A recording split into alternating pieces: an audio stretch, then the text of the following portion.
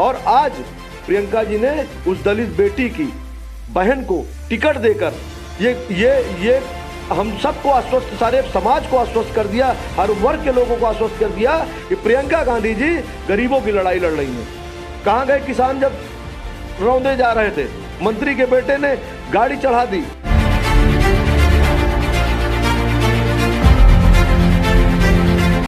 नमस्कार, बेधड़क-न्यूज़.com देख रहे हैं आप। मैं हूं आपके साथ शशांक। और इस वक्त हम उत्तर प्रदेश की अपनी चुनाव यात्रा को लेकर प्रतापगढ़ जिले में हैं। प्रतापगढ़ जिले की चर्चा हमेशा होती रहती है।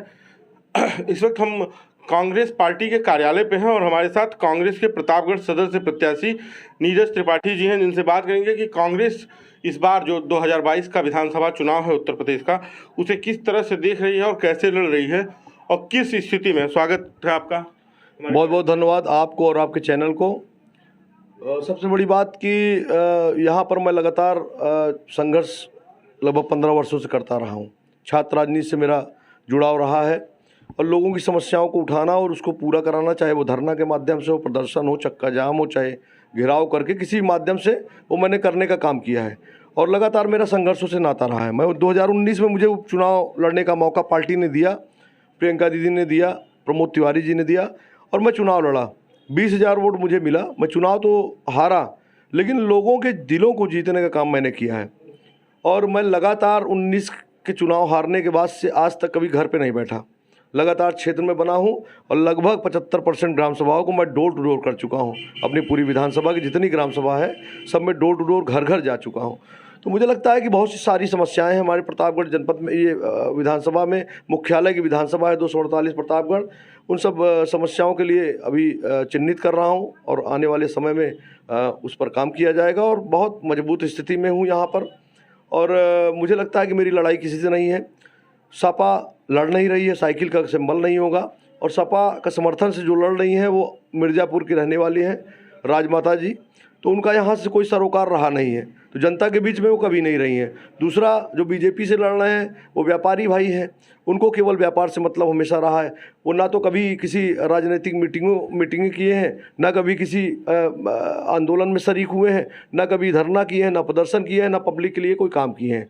तीसरा, जो बसपा से आए हुए हैं वो प्रॉपर्टी डीलर हैं। ये जनता जान चुकी है कि संघर्ष अगर कोई किया है तो नीरज त्रिपाठी ने किया है और मैं लगातार संघर्ष कर रहा हूँ। चलिए, सवाल पे आते हैं कि आपने कहा 15 साल से आपका संघर्ष है और 35 साल से उत्तर प्रदेश में 35-40 सालों से कांग्रेस का संघर्ष है। आपने कहा हमने मन जीता है, मत 19 में नहीं जीत पाए। इस बार क्या लगता है आपको? मैं निश्चित चुनाव बहुत ही अच्छे मार्जिन से जीत रहा हूं, क्योंकि यहाँ पर जनता समझ चुकी है कि यहाँ पर काम करने वाले इंसान की ज़रूरत है। 32-35 सालों से जो यहाँ पर विधायक बने वो कोई काम किए नहीं।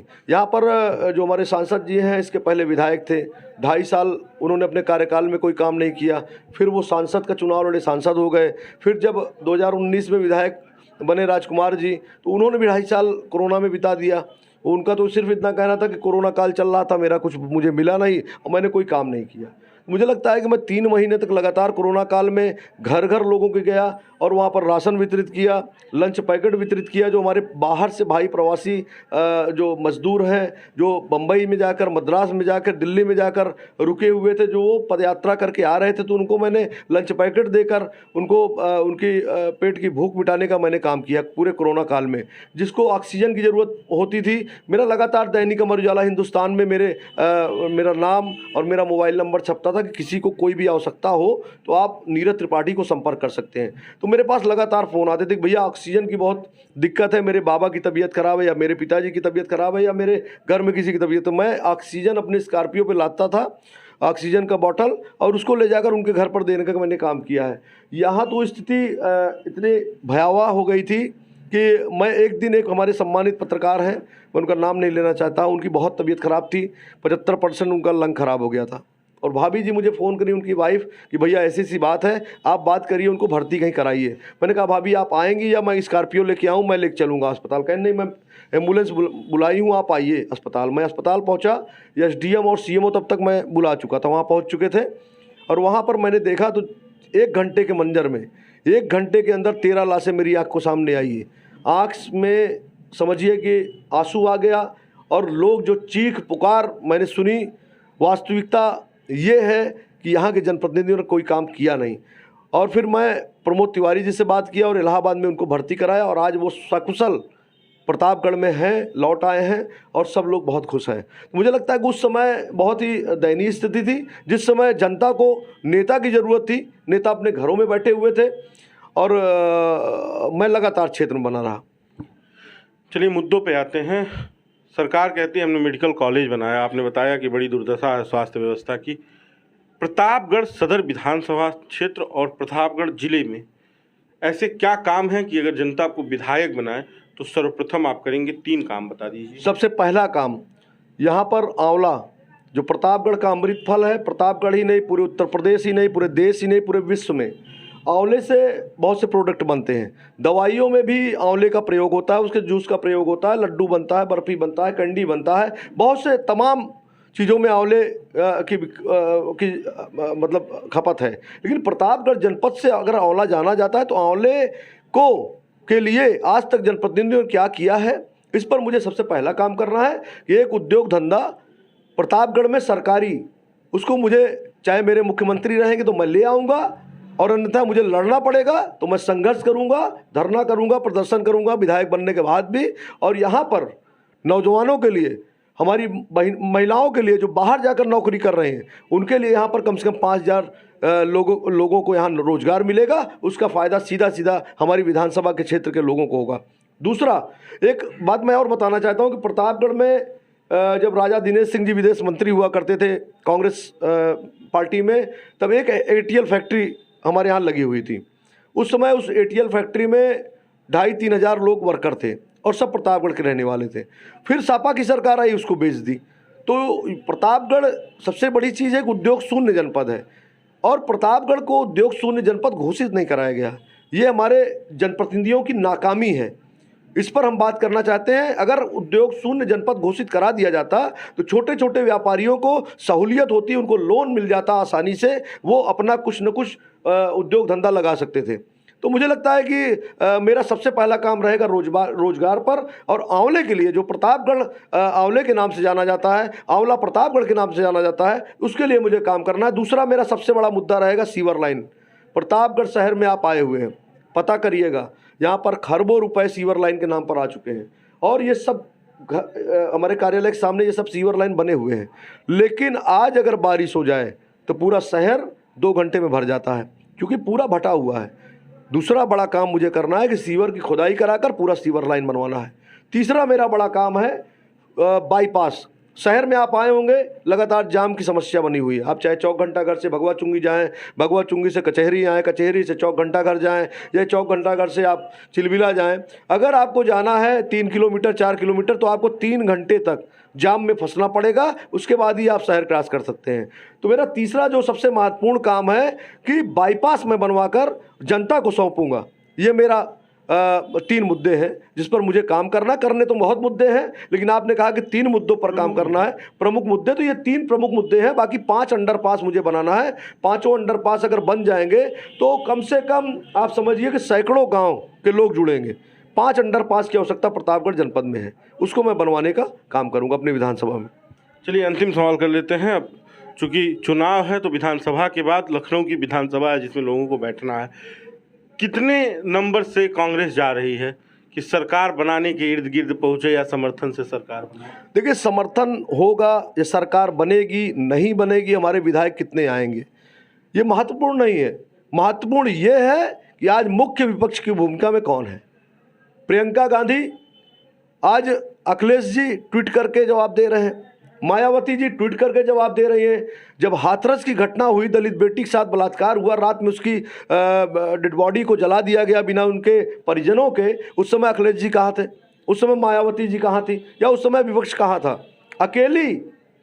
मुझे गर्व है कि मैं कांग्रेस पार्टी का प्रत्याशी भी हूँ, कार्यकर्ता हूँ और प्रियंका गांधी के साथ मुझे काम करने का मौका मिल रहा है। प्रियंका गांधी जी अकेले अपने घरों से निकलती हैं और जाती हैं, रास्ते में पुलिस रोकती है, गिरफ्तार करती है, लेकिन अडिग होती हैं कि मैं बिना परिजनों से मिले वापस नहीं लौटूंगी। और आज प्रियंका जी ने उस दलित बेटी की बहन को टिकट देकर ये हम सबको आश्वस्त, सारे समाज को आश्वस्त कर दिया, हर वर्ग के लोगों को आश्वस्त कर दिया कि प्रियंका गांधी जी गरीबों की लड़ाई लड़ रही हैं। कहाँ गए किसान जब रौंदे जा रहे थे? मंत्री के बेटे ने गाड़ी चढ़ा दी, उस समय कौन गया? प्रियंका गांधी गई, और प्रियंका गांधी जी वहां पर बैठ गई, अनशन की, 4 दिन तक उपवास पे रहीं, 4 दिन तक उनको अस्थायी जेल में रखा गया। हम सब लोग वहां पहुंचे, सारे कार्यकर्ता पहुंचे, लेकिन वो अडिग रही कि बिना मिले परिवार से, परिजनों से मैं वापस नहीं जाऊंगी। तो मुझे लगता है कि जब प्रियंका गांधी जी, उन्नाव की घटना देख लीजिए, उन्नाव में सेंगर जी जेल में नहीं होते, अगर कोई आवाज़ उठाने वाला है तो प्रियंका दीदी ने उठाया, जैसे ही ट्वीट की उसके बाद लगातार संघर्ष करती रही, उनको जेल जाना पड़ा। उसके बाद भी छोड़ दीजिए, अमेठी की बगल की घटना है, जिस दलित बेटी को किस तरीके से हैवानियत से लोगों ने मारा और वीडियो वायरल किया, उस पर प्रदेश अध्यक्ष जी के साथ हम सब लोग वहां पर धरना प्रदर्शन किए, और प्रियंका दीदी ने कहा कि अगर 24 घंटे के अंदर FIR दर्ज नहीं होती है तो कांग्रेस के कार्यकर्ता सड़क पर होंगे, और FIR दर्ज हुई, उनके खिलाफ कार्रवाई हो रही है। तो मुझे लगता है कि आज मायावती जी घर में है, अखिलेश जी घर में बैठे हैं। जब समाज में लोगों को ज़रूरत है नेता की, नेता अपने घरों में बैठे रहेंगे तो जनता बहुत दिन तक बर्दाश्त नहीं करेगी। अब जातिवाद की राजनीति हट रही है, अब लोगों को जो काम करेगा, लोगों के बीच में उनकी समस्याओं के लिए समाधान करेगा, वो अब चुनाव में जीतेगा। चलिए अंतिम सवाल कर लेते हैं कि कांग्रेस का जो पोस्टर आ रहा है, जो बैनर आ रहा है, उसमें से कहीं ना कहीं राहुल गांधी अब पीछे दिख रहे हैं। तो राहुल विहीन उत्तर प्रदेश कांग्रेस और प्रियंका के साथ, इसका क्या मतलब समझा जाए कि प्रियंका मुख्यमंत्री का चेहरा है और राहुल गांधी पार्टी में जो विपक्ष कहता है कि पप्पू है, वही साबित कर दिया गया? देखिए, मैं आपकी जवाब मैं बहुत आसानी से दे सकता हूँ, लेकिन मैं एक बात ये कहना चाहता हूँ कि राहुल गांधी जी की फ़ोटो कहीं भी गायब नहीं है। मैंने कहा पीछे छूट गया है, मैंने गायब नहीं, मैंने कहा पीछे छूट गया है। राहुल गांधी हमारे राष्ट्रीय नेता हैं और प्रियंका दीदी उत्तर प्रदेश की प्रभारी हैं और राष्ट्रीय महासचिव हैं। तो राहुल गांधी जी राष्ट्रीय अध्यक्ष से फ्रंट फुट पर लड़ रहे थे और आज भी लड़ रहे हैं, जिसके मैंने इसके पहले भी कहा कि जहां भी लोगों को समस्या होती है वहां राहुल गांधी पहुंचे, चाहे प्रियंका गांधी पहुंचे। हाथरस वाले में भी आप जान रहे हैं राहुल जी पहुंचे, और मंत्री के बेटे वाले में भी राहुल जी पहुंचे, प्रियंका जी के साथ गए। तो मुझे नहीं लगता है कि कहीं भी राहुल जी पीछे हैं। मुझे तो ये लगता है कि 2024 में जो विपक्ष है वो अपनी इज्जत बचाएं, और मुझे तो लगता है कि विपक्ष पूरी तरह से खत्म हो जाएगा आने वाले समय में। 2024 में राहुल गांधी देश के प्रधानमंत्री बनने जा रहे हैं, ये जनता कह रही है, मैं नहीं कह रहा हूं। और राहुल गांधी जैसा नेता मुझे लगता है सौभाग्य से मिलता है, इन लोगों की तरह नहीं है झूठी अफवाहें फैलाना। राहुल गांधी सच्चा इंसान है, वो कभी झूठ नहीं बोलते, वो जो कहते हैं वो सही कहते हैं। और अगर जब कोरोना काल आ रहा था, आपको याद हो, तो वो प्रधानमंत्री जी से मिलकर कहें या आप अंतर्राष्ट्रीय फ्लाइटों को बंद कर दीजिए, तब तो आप यहाँ पर नमस्ते ट्रंप कर रहे थे। उसी समय से कोरोना हमारे देश में बढ़ा और आज स्थिति इतनी भयावह हो गई है। तो मुझे लगता है राहुल गांधी जैसा नेता अभी अपने देश में कोई नहीं है। झूठ तो फैला सकते हैं आप, लेकिन झूठ ज़्यादा दिन तक टिकने वाला नहीं है। तो मुझे लगता है कि राहुल गांधी जी आने वाले हैं, अब सबको जाना होगा और राहुल गांधी आएंगे। चलिए, हमसे बातचीत करने के लिए धन्यवाद। तो ये थे हमारे साथ प्रतापगढ़ सदर विधानसभा से कांग्रेस के प्रत्याशी नीरज त्रिपाठी, जिन्होंने बताया कि 24 में राहुल गांधी आ रहे हैं, 22 में हम आए या ना आए, लेकिन हम अगर जूझ के जाते हैं तो प्रतापगढ़ का विकास जरूर करेंगे। बाकी का बेधड़कnews.com आप देख रहे थे। अगर आपको यह वीडियो अच्छा लगे तो इसे शेयर कीजिए, अपनी राय हमें कमेंट बॉक्स में दीजिए। अगर हमारा वीडियो आप यूट्यूब पर देख रहे हैं तो हमारे चैनल को सब्सक्राइब कीजिए, फेसबुक पर देख रहे हैं तो पेज को लाइक कीजिए। धन्यवाद।